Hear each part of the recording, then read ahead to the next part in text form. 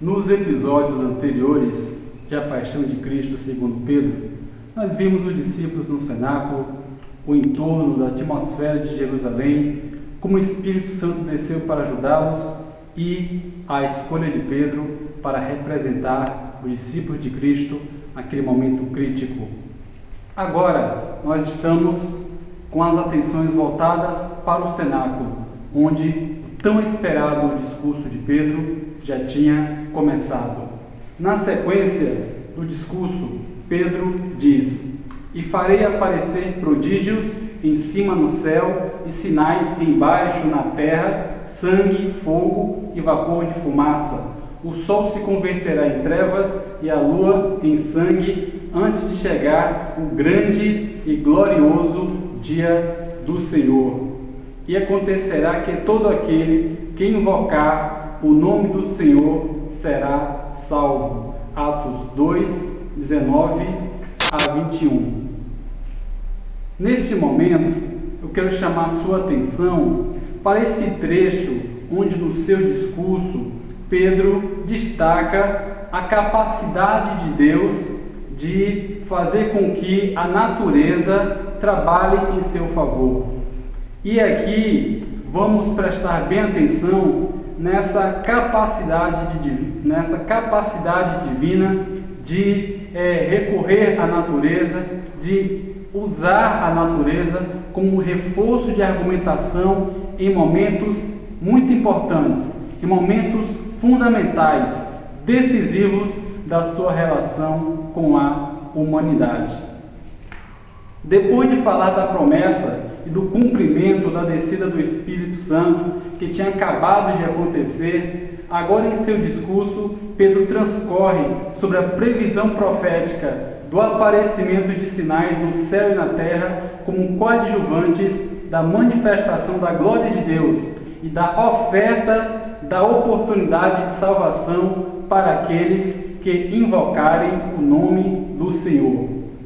Como você pode observar que pelo menos alguns viram que, de repente, veio do céu um som como de um vento veemente e impetuoso, Atos 2:2, essa citação de Pedro pode indicar que o vento veemente e impetuoso foi um fenômeno ocorrido na atmosfera de Jerusalém e ouvido e visto por muitas pessoas, além das que estavam no cenáculo.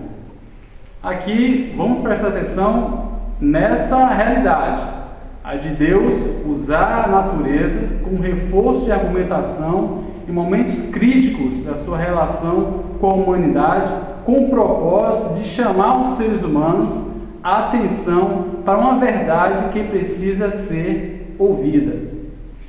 O uso de fenômenos da natureza como reforço de argumentação por parte de Deus é recorrente ao longo das Escrituras Sagradas e volta e meia presenciamos isso acontecer na história da relação de Deus com o homem.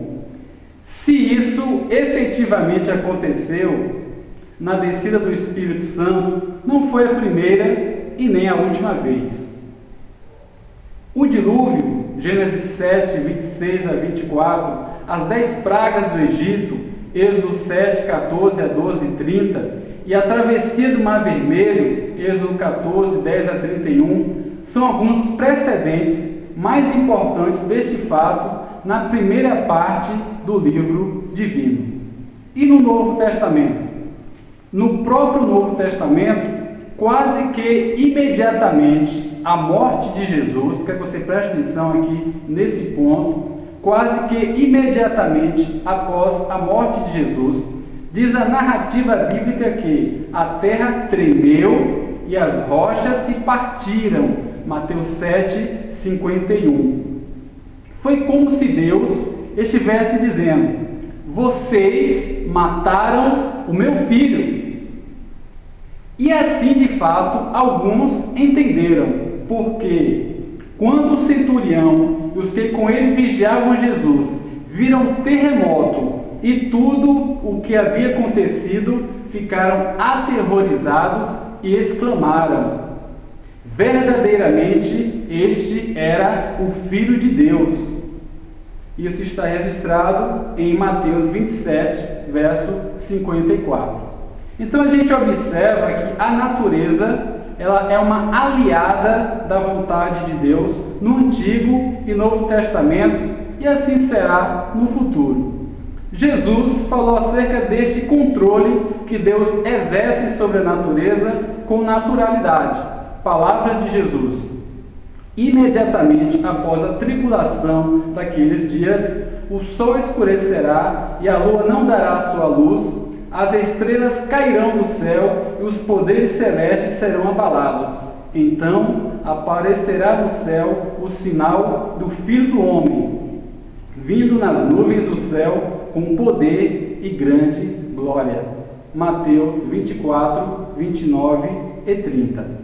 Aliás, o próprio Jesus deu uma demonstração desse controle que a divindade tem sobre a natureza quando, estando num barco com seus discípulos, no mar se levantou uma tempestade tão grande que o barco era coberto pelas ondas. Mateus 8, 24. E sendo acordado pelos discípulos, levantando-se, repreendeu os ventos e o mar, e seguiu-se uma grande bonança.